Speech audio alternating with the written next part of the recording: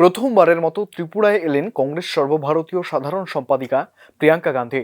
এদিন তিনি ইন্ডিয়া জোটের প্রার্থীদের প্রচারে আগরতলা এমবিবি বিমানবন্দর থেকে বেরিয়ে একটি রোড শো করেন। এদিন রাজ্যের সিপিএম কংগ্রেস কর্মী সমর্থকরা মিলে মিছিল করে তাকে নিয়ে রোড শো করেন। এদিন প্রিয়াঙ্কা গান্ধীর মিছিলে এদিন কংগ্রেস বিধায়ক সুদীপ রায় বর্মন, প্রার্থী আশিস কুমার সাহা সহ ছিলেন সিপিএম রাজ্য সম্পাদক জিতেন্দ্র চৌধুরী ও প্রার্থী রতন দাস।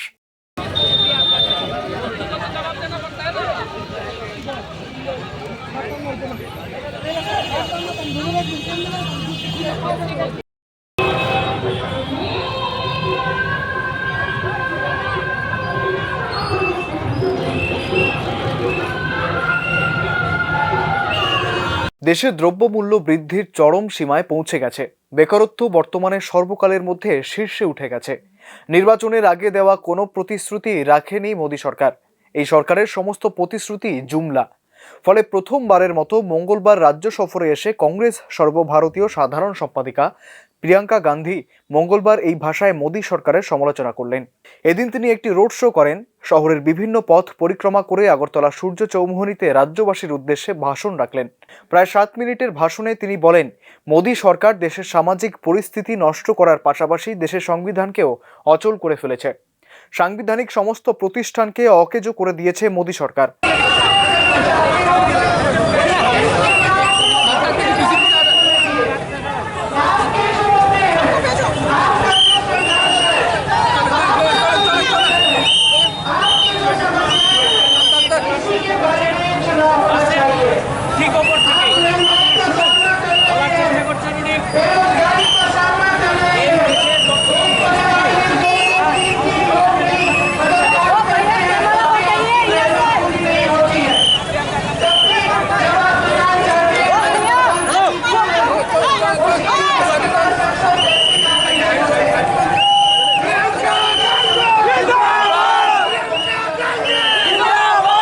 প্রিয়াঙ্কা গান্ধী তার ভাষণে আগাগোড়াই দেশের সার্বিক সমস্যাগুলি তুলে ধরে মোদী সরকারকে আক্রমণ করেন। এই পরিস্থিতি থেকে রেহাই পেতে রাজ্যে ইন্ডিয়া জোটের 2 প্রার্থীদের জয়ী করার আহ্বান রাখেন তিনি।